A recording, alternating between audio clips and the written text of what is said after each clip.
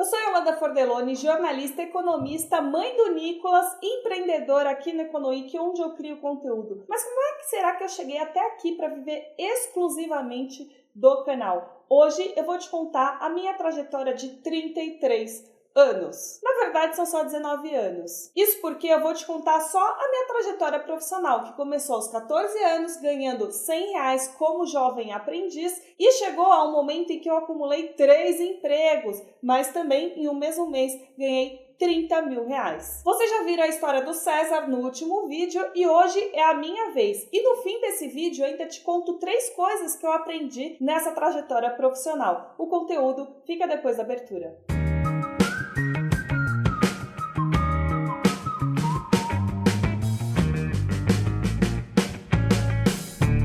Eu vou começar esta conversa com um parênteses. Se você chegou até aqui é porque, no mínimo, você tem curiosidade para saber como é que vive um criador de conteúdo, como é que se vira um criador de conteúdo. Então, apoia a gente de início de conversa. Já segue a gente no YouTube, no Instagram, no Spotify ou na plataforma onde você estiver ouvindo esse conteúdo. Fecha parênteses. Minha trajetória profissional começou quando eu ainda era uma jovem paduã no auge dos meus 14 anos. Eu era uma jovem magrelinha, feinha, e lá na escola eu ficava pensando, se um dia meu pai me faltar, eu vou ter que aprender a me virar. Eu não conseguia me imaginar no futuro com alguém dividindo despesas. Eu achava que eu não ia ter um namorado, um marido, nada disso. Problema de autoestima mesmo. Então eu resolvi trabalhar. Eu entrei no escritório de contabilidade, aqui perto de casa, na Zona Norte, Vila Medeiros, onde eu trabalhava 3 horas por dia, das 9 ao meio-dia, e saía correndo porque à tarde eu tinha escola. Detalhe que a minha escola não era tão perto assim. Eu moro na Vila Medeiros, Zona Norte aqui de São Paulo, e a minha escola não era tão perto assim. Ela ficava na Armênia, que é um bairro central aqui da cidade. Era uma correria só.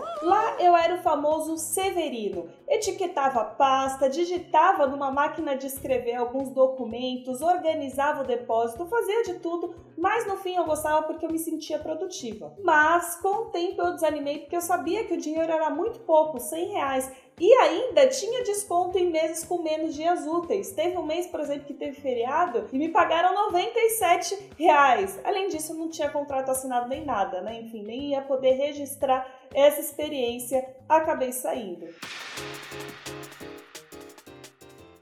Como eu caí no jornalismo? Bom, eu saí do escritório de contabilidade e fui estudar informática, datilografia, inglês. Sim, eu sou bem velha. Eu fiz cursinho para passar no vestibular e acabei entrando na Casper Libero, que é uma ótima faculdade de jornalismo aqui na cidade de São Paulo. Ninguém da minha família mais próxima é formado em algo, então minha mãe, meu pai, meu irmão, meus avós não têm faculdade. Eu não tinha nenhuma referência de carreira. Eu escolhi jornalismo porque eu não queria ter uma rotina de escritório, fazer as mesmas coisas todos os dias. E eu tinha uma percepção de que o jornalista fala com pessoas diferentes todos os dias, aprende coisas novas todos os dias. Detalhe que no cursinho, na minha frente, sempre sentava um cara que estava prestando economia pelo 2º ano consecutivo. E eu olhava e falava, puta, debochava, né? Não conhecia nada da profissão, falava algo assim, nossa, coitada, a profissão deve ser super limitada.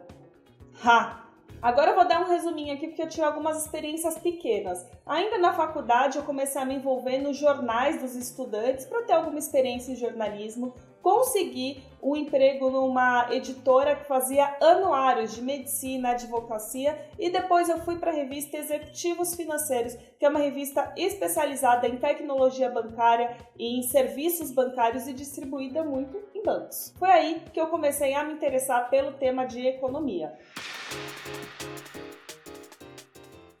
Como é que foi minha trajetória em jornais? Nessa época eu comecei a fazer vários cursos para entender mais a área de economia e também política, porque eu tinha um certo interesse. E numa dessas eu acabei conhecendo o editor do Diário do Comércio e Indústria, DCI, porque ele foi um dos professores em um dos cursos. Chegou o fim do curso, eu peguei o e-mail dele e fiquei trocando figurinha ali por alguns meses, porque ele indicou alguns livros no fim do curso, eu li e fiquei trocando ideia, né, sobre o que eu tinha achado dos livros. E aí no fim, depois de 3 meses, surgiu uma vaga no DCI como repórter, não mais como estagiária, e ele me chamou, passei, fui trabalhar lá na redação. Na revista, como estagiária, eu ganhava R$600 e lá como repórter, na verdade uma assistente de repórter ali, porque eu não era nem formada, né? Eu ganhava R$1.000, mas não foi só o salário que me fez ir para o jornal. Eu também queria escrever mais e no jornal você escreve todos os dias. Além disso, eu tive o desafio de toda segunda-feira publicar uma entrevista com o prefeito do estado de São Paulo, porque o jornal circulava em todo o estado de São Paulo, então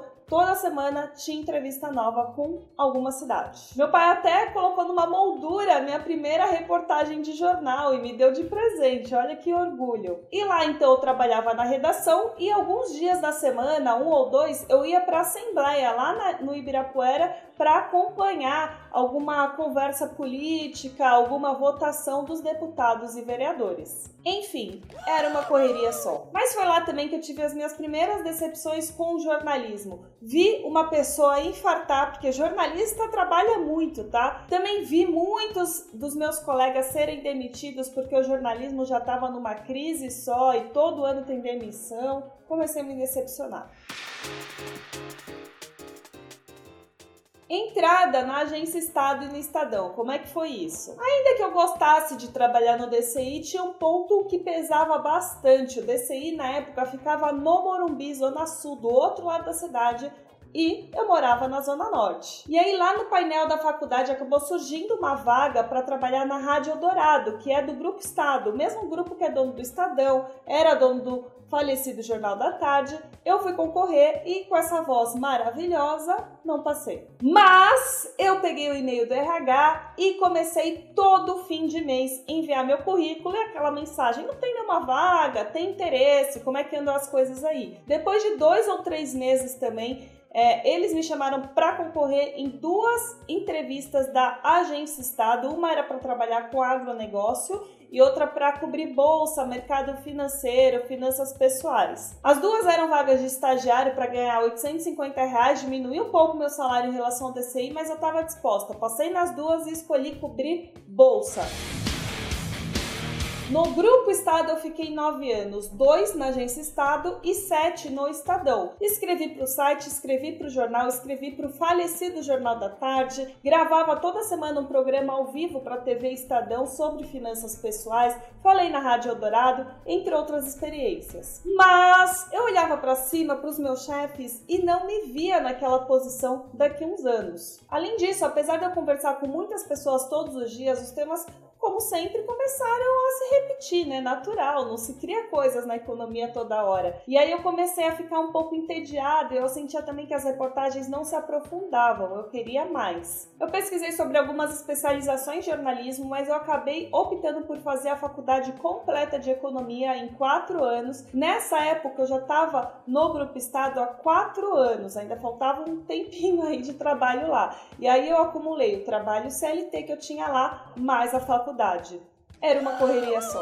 A faculdade escolhida foi a FECAP porque tinha um bom curso, acessível a uma faculdade particular, tinha curso noturno, enfim, se adaptava bem à minha rotina e foi lá que eu conheci o César e o Ettore, nosso ex-sócio, mas mal sabíamos nós que esse evento resultaria no futuro no Economic.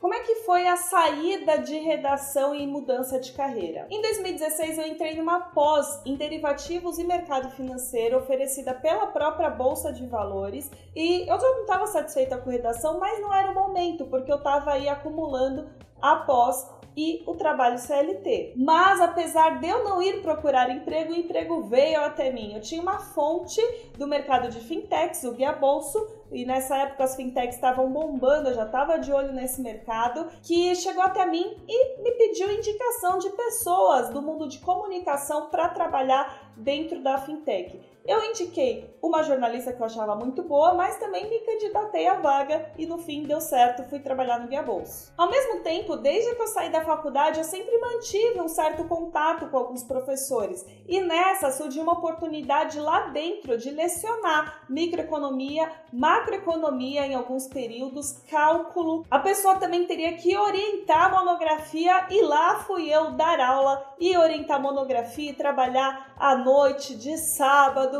Era uma correria só. Ao longo de 2016, então, eu acumulei a minha pós, o Guia Bolso e as aulas na faculdade que eu já estava lecionando. E aí, no fim do ano, o César, vendo toda essa mudança de carreira, me chamou para dar uma entrevista no Econoic. O Econoic já tinha surgido aí um pouquinho antes. Eu dei uma entrevista para o César e para o Héctor e vou deixar o link nos comentários e também aqui no card se você estiver vendo esse conteúdo pelo YouTube. E aí, em seguida dessa entrevista, os dois me convidaram para fazer parte do Econoic como sócia. E aí, nos próximos 3 anos da minha vida, eu acumulei um monte de coisa. Como é que era isso? No horário comercial, eu tava lá na Fintech, no Guia Bolso, trabalhando, suando. À noite eu dava aula na FECAP, aos sábados eu dava aula na FECAP, além dessas orientações de monografia. E na madruga eu gravava para a Econoic. Então, se você vê algum vídeo lá atrás com olheira, era porque eu gravava de madrugada, tá, minha gente? E ainda, de vez em quando, eu cabulava ali uma aula ou outra da pós para dar aulas particulares para alguns alunos que me pediram, lá da FECAP, inclusive da PUC também, e também dava consultoria financeira também só para amigos que me pediam ali eventualmente. Era uma correria só. Isso foi ótimo para as minhas finanças. Eu comecei a investir desde investimentos mais básicos, como CDB, a Tesouro Direto. Tesouro Direto, na verdade, eu investia desde a época de estagiária, mas desde investimentos mais básicos como CDB, debêntures, até investimentos mais complexos como ações. Inclusive, o próximo vídeo do César vai ser explicando para onde vai seu dinheiro em cada investimento. Então, eu recomendo fortemente. Mas voltando, foi ótimo para as minhas finanças. Eu cheguei a ganhar 30 mil reais em um certo mês em que eu acumulei bastante coisa para fazer. Isso me ajudou a conquistar a minha independência financeira, minha independência de emprego, que eu conto neste outro vídeo aqui no card e também nos comentários. Mas foi uma desgraça para minha vida social, pessoal, para as minhas relações, para o meu físico. Só desgraça. No começo de 2019, eu resolvi sair da FECAP e parar de dar aula depois de uma separação, porque eu dava aula até aos sábados. Eu queria passar mais tempo com o meu filho aos finais de semana. Saí de lá, fiquei então só com Guia Bolso e Econoic. Mas o trabalho dentro de escritório, na Fintech, já não estava sendo aquela coisa satisfatória, vamos dizer assim. E aí foi então nesta quarentena que começou a virar várias coisas boas para o Econoic e eu resolvi tomar coragem, sair do emprego depois de uma negociação na minha saída lá no Guia Bolso e agora tô 100% com o Econoic.